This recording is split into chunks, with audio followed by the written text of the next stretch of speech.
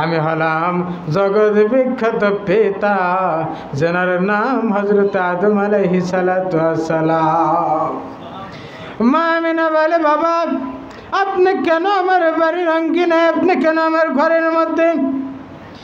বাবা আব্দুল্লাহ বলে, শুনে নাও শুনে নাও, আমি হলাম শুধুমাত্র কেবলমাত্র একজন নবী আর আদি পিতা।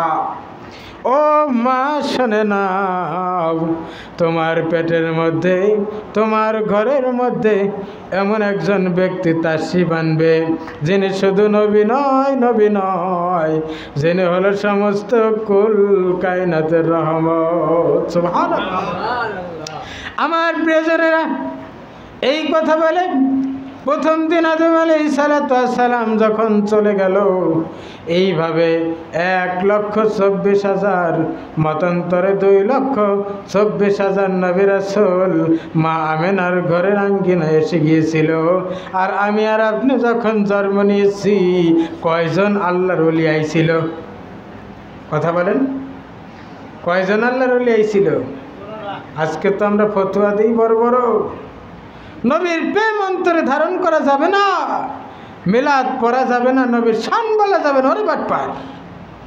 তার মানে তোমার এখনো সেনার ভিতরে এলেম আসে নাই, তোমার আত্ম অহংকার এখনো, তোমার আত্মগৌরব এখনো অন্তরের মধ্য থেকে বাইরে হয় নাই।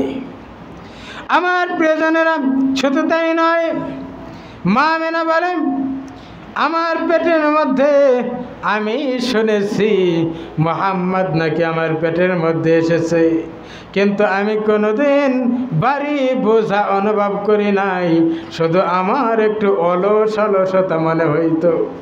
একদিন আমি চিন্তা করলাম, আসলেই তো সবাই বলে আমার নাকি পেটের মধ্যে সন্তান, যার নাম আসমানের মধ্যে চলতেছে আহমদ, আর জমিনের মধ্যে চলতেছে মুহাম্মাদুর রাসূলুল্লাহ সাল্লাল্লাহু আলাইহি ওয়াসাল্লাম। একটু দেখি তো আমার পেটের অবস্থাটা কি। মা আমিনা পেটের দিকে ভালো করে তাকায় দেখে, রে ওই পেটের মধ্যে কেমন যেন নূরে ঝলমল ঝলমল করে। সুবহানাল্লাহ। মা আমিনা বলে, আমি আমার এই পেটের দিকে তাকাই থাকতে পারি না নূরের আলোর ঝলকে। আমার প্রিয়জনেরা, এর নাম হলো মিলাদুন নবী সাল্লাল্লাহু আলাইহি ওয়াসাল্লাম। মা আমিনা বলে, শুধু তাই নয়, আমি যে এলাকার মধ্যে আমার সন্তানদের নিয়ে বসবাস করতাম পেটের মধ্যে, ওই এলাকার মধ্যে যখন মা বোনদের সন্তান পেটে আসে, সন্তান ভূমিষ্ঠ হওয়ার আগ মুহূর্তে, সন্তান দুনিয়ার মধ্যে আসার আগ মুহূর্তে, আমি দেখেছি মহিলাদের চিৎকারের আওয়াজে আশপাশের লোকজন ঠিক থাকতে পারে না। মহিলাদের চিৎকারের আওয়াজে বাড়ির লোকজন ঠিক থাকতে পারে না। মহিলারা কান্না করে, ও আমার নানি, ও আমার দাদিরা রে, একটু বিষের পেয়ালা দে, একটু বিষের পেয়ালা খেয়ে অন্তত জানটারে বের করে দে। মা আমিনা মিলাদ শোনাইতেন অত্র এলাকার মহিলাদেরকে। মা আমিনা বলে, ও মহিলারা শোনো, আমার পেটের মধ্যে যেদিন থেকে আমার মুহাম্মদ আগমন করেছে, আল্লাহর কসম করে বলি, ওয়াল্লাহি আল্লাহর কসম করে বলি, আমি কোনোদিন অনুভব করিনি আমার পেট ভার কি বোঝা, আমি এমন কোনো অনুভব করি নাই, আমার কোনো কষ্ট পর্যন্ত হয় নাই। সুবহানাল্লাহ। এর নাম হলো মিলাদুন নবী সাল্লাল্লাহু আলাইহি সাল্লাম। শুধু তাই নয়, মা আমিনা বলে, ওই মক্কা মদিনার মধ্যে তৎকালীন যুগে কোনো আইপিএসের ব্যবস্থা ছিল না, কোনো সৌর বিদ্যুতের ব্যবস্থা ছিল না, কোনো পিডিবি বিদ্যুতের ব্যবস্থা ছিল না, তৎকালীন যুগে কোনো ব্যাটারি চালিত কোনো বাতির ব্যবস্থাও ছিল না। মা আমিনা বলে, এমনি তো অন্ধকারের যুগ বলা হয়, মানুষের নিয়ম কানুন ঠিক নাই, আদর্শ ঠিক নাই, কখন কি করে বসে, একটা ভয়ের আতঙ্কে অত্র এলাকার মধ্যে কাজ করে।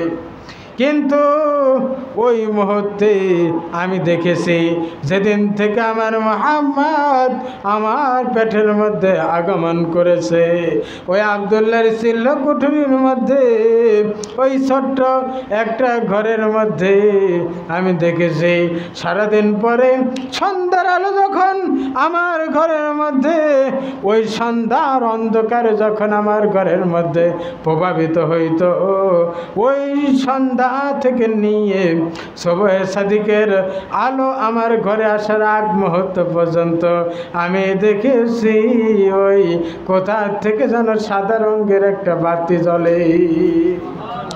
আমার মুহাম্মদ দুনিয়ার মধ্যে ভূমিষ্ঠ হওয়ার আগ মুহূর্ত পর্যন্ত ওই বাতিটা জ্বলতো। আমি চারিদিক ভালো করে তাকায় দেখি ওই বাতিটার অস্তিত্ব কোথাও পাওয়া যায় না।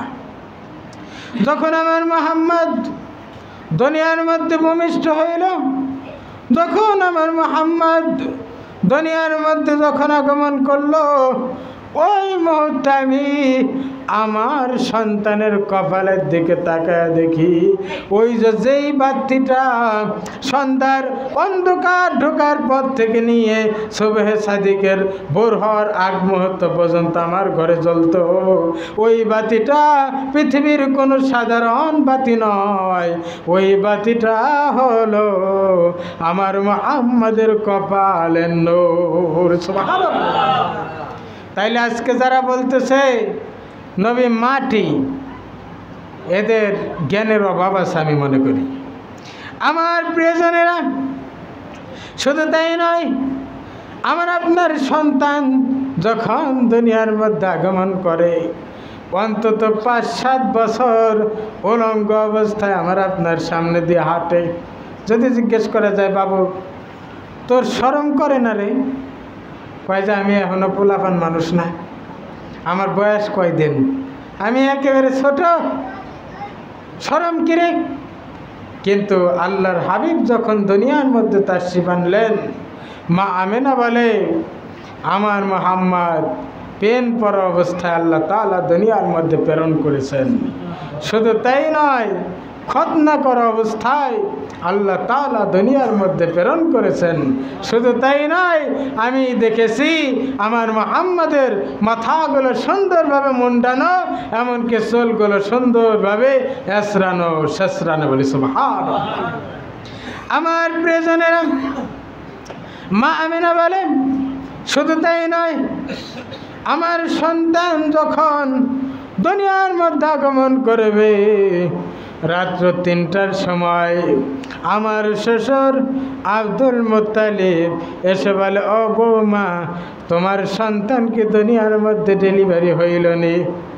বলে যে না, এখনো তো তার শিবানে নাই। বলে আমি দেখতেছি ওই আসমানের মধ্যে ফেরেশতারা সুন্দর করে গুনগুন গুনগুন করে গান গায় আমার নাতির গল্প। সুবহানাল্লাহ। আমি তো মনে করেছি আমার নাতি মনে হয় দুনিয়ার মধ্যে আগমন করেছে, এই জন্য মনে হয় আসমানের ফেরেশতারা আমার নাতিকে নিয়ে, আল্লাহর বন্ধুকে নিয়ে সুন্দরভাবে গুনগুন গুনগুন করে গান গাইতেছে। বলেন সুবহানাল্লাহ। আমার প্রিয়জনেরা, মা আমিনা বলে আমি দেখলাম সুবহে সাদিকের আগ মুহূর্তে 3জন লোক সুন্দর জান্নাতি পোশাক পরিধান করে। এগুলো কমন কথা, আপনাদের সকলে জানা, তারপরে আমি বলতেছি, কারণ এগুলো তো আমল করার কোনো ব্যবস্থা নাই, আমার আপনার শুধু জানা। কিন্তু সিরাতুন নবীর উপর আলোচনা করলে আমার আপনার মানার ব্যবস্থা আছে। একটু খেয়াল করে শোনেন। মা আমিনা বলেন আমি দেখলাম 3জন মহিলা জান্নাতি পোশাক পরে যখন আমার ঘরের মধ্যে ওই আসমান থেকে নামে, আমি জিজ্ঞেস করলাম, আপনারা কারা গো? একজন বলে, আমিনা তুমি আমারে চেনো না? আমি হলাম এই গোটা পৃথিবীর সমস্ত মানুষের আদি মাতা হযরত হাওয়া আলাইহিস সালাতু ওয়াস সালাম। সুবহানাল্লাহ। দ্বিতীয় জনটা জিজ্ঞেস করে, আপনি কে? বলে আমি হলাম ফেরাউনের স্ত্রী আসিয়া। তৃতীয় জনরে জিজ্ঞেস করা হয় আপনি কে?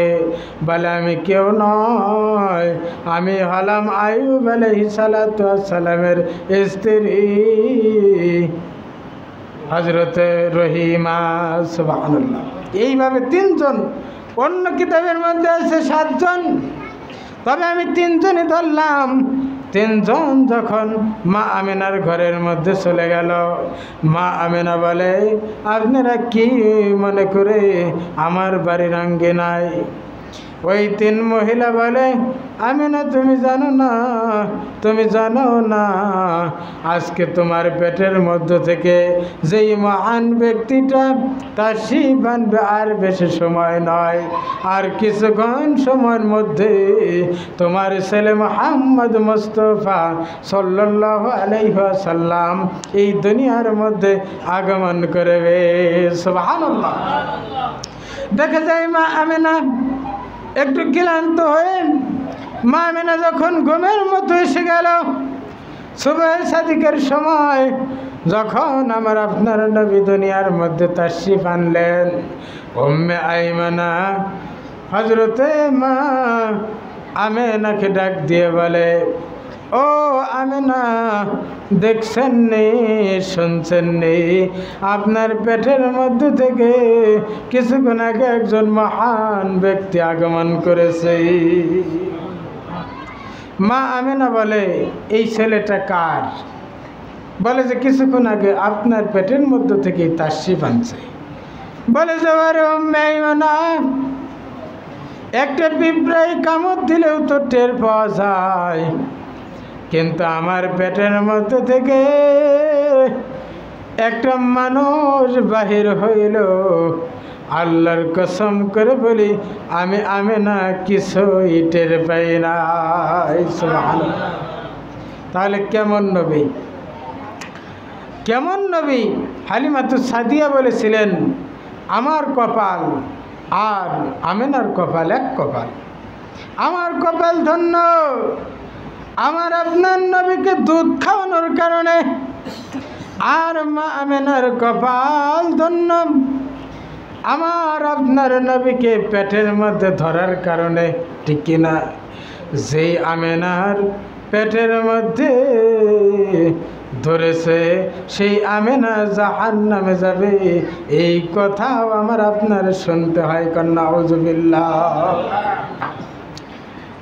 যেই নবীর প্রতি দুরূদ ও সালাম পাঠ করলে একটা নদীর মাছ জান্নাতি হয়ে যাইতে পারে, আর যেই নবীর পেটের মধ্যে ধারণ করলো, বাহন করলো মা আমেনা, সেই নবীর মা বাবা নাকি জাহান্নামে যায়। নাউযুবিল্লাহ। আমার প্রিয়জনেরা, একটা ঘটনা এখানে আমলের ব্যবস্থা আছে। আল্লাহ রাসূল সাহাবীদেরকে নিয়ে বসে আছে, সাহাবীরা কানাকানি করে, আজ অনেক দিন হয়ে গেল আমরা নবীর একটু ভালো মন্দ খাওয়াইতে পারি না, নবীর একটু ভালো মন্দ খাওয়াইতে পারি না, চল দেখি বাজারের দিকে যাব। ওই দিক দিয়ে নদী পথে জেলে যখন নৌকা আর জাল নিয়ে চলে যায়, ওই নৌকার মধ্য থেকে এক সওদাগর আল্লাহ রাসূলের প্রতি দরুদ ও সালাম পড়তেছিল। এই কথাটা সমুদ্রের একটা বড় মাছ শুনতেছে আর কান বাইর করে লাফ দেয়, নিচে চলে যায়, আবার একটু মুখ আর কানটা বাইর করে, মানে যে অন্তরে জায়গা দিচ্ছে রাসূলের দরুদ ও সালাম, এত মহব্বত। দেখা যায় মাছ কান পেতে শুনতেছে আল্লাহ রাসূলের দরুদ ও সালাম। আমার প্রিয়জনেরা, এইভাবে যখন মাছ নিচেই চলে যায় আবার উপরে ওঠে, দরুদ ও সালাম শুনতেছে, হঠাৎ করে যখন ওই সওদাগর নৌকা পার হয়ে চলে গেছে, যাওয়ার পর দেখা যায় খেয়াও ফেলতেছে কিন্তু কোনো মাছ ধরে না। হঠাৎ করে ওই যে যেই মাছটা রাসূলের প্রতি দরুদ ও সালাম শোনা পর অন্তরের মধ্যে জায়গা দিয়েছে ওই মাছটা ওই সওদাগরের জালের মধ্যেই আটকে গেছে। সুবহানাল্লাহ। মাছটা নিয়ে যখন বাজারে উঠে গেল, আল্লাহ রাসূলের প্রসিদ্ধ সাহাবী হযরত আবু বকর আর হযরত ওমর ফারুক দুজন যখন বাজারের দিকে চলে গেল, বাজারে যাওয়ার পর কয়, আসলেই তো নবীর অনেক দিন ভালো কোনো কিছু খাওয়ানো হয় না, চল আজকে বাজার থেকে বড় মাছটা আমরা ক্রয় করি। চল কয় টাকা নেবি? যা নেয় নিক বাজার থেকে, এই মাছটা দরকার। বলে যে ভাইজান মাছ কি বিক্রি করবেন? কহ ঠিক আছে, তাইলে আমাদেরকে দিয়ে দেন।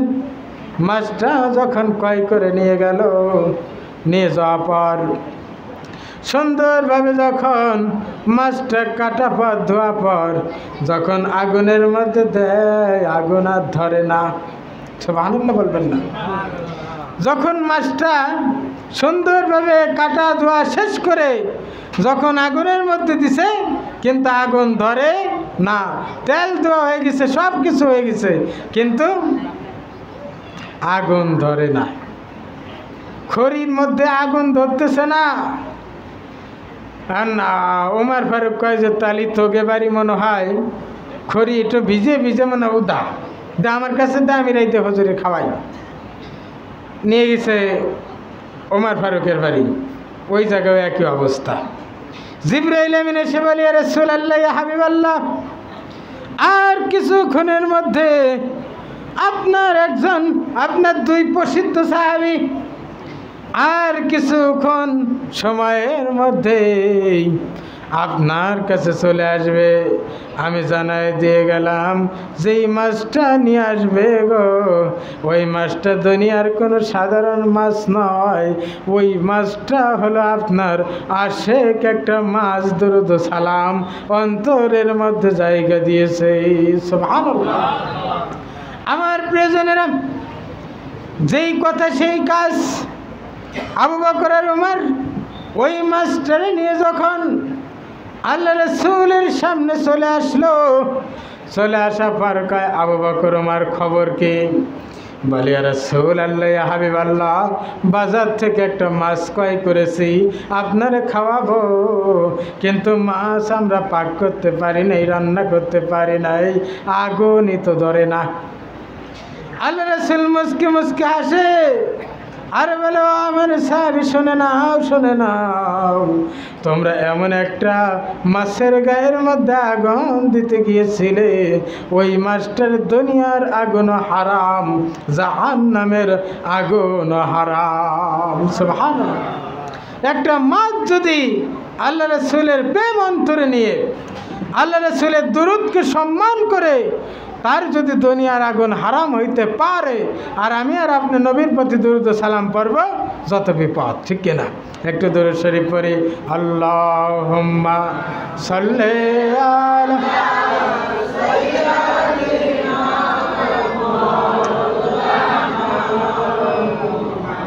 ওয়া আলা আলি সাইয়্যিদিনা। প্রেম যদি করবি রে মন, প্রেম যদি শিখবি রে মন, সব সেরে চল মদিনায় তোরা, সব সেরে চল মদিনায়। আমার জিন্দা নবী যেই দেশে ঘুমায়, আমার মায়ার নবী যেই দেশে ঘুমায়। আল্লাহুম্মা সাল্লি আলা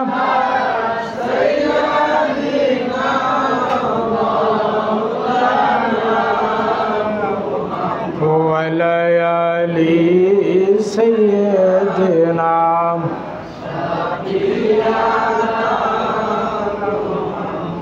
ভাইরা আমার, বন্ধুগণ আমার, আমি বলতেছিলাম যে কথা, এই জন্য যত বিপদ আর যত বাধাই আসুক না কেন, আমি আর আপনি যেন আল্লাহ রাসূলের থেকে পিছপা না হই।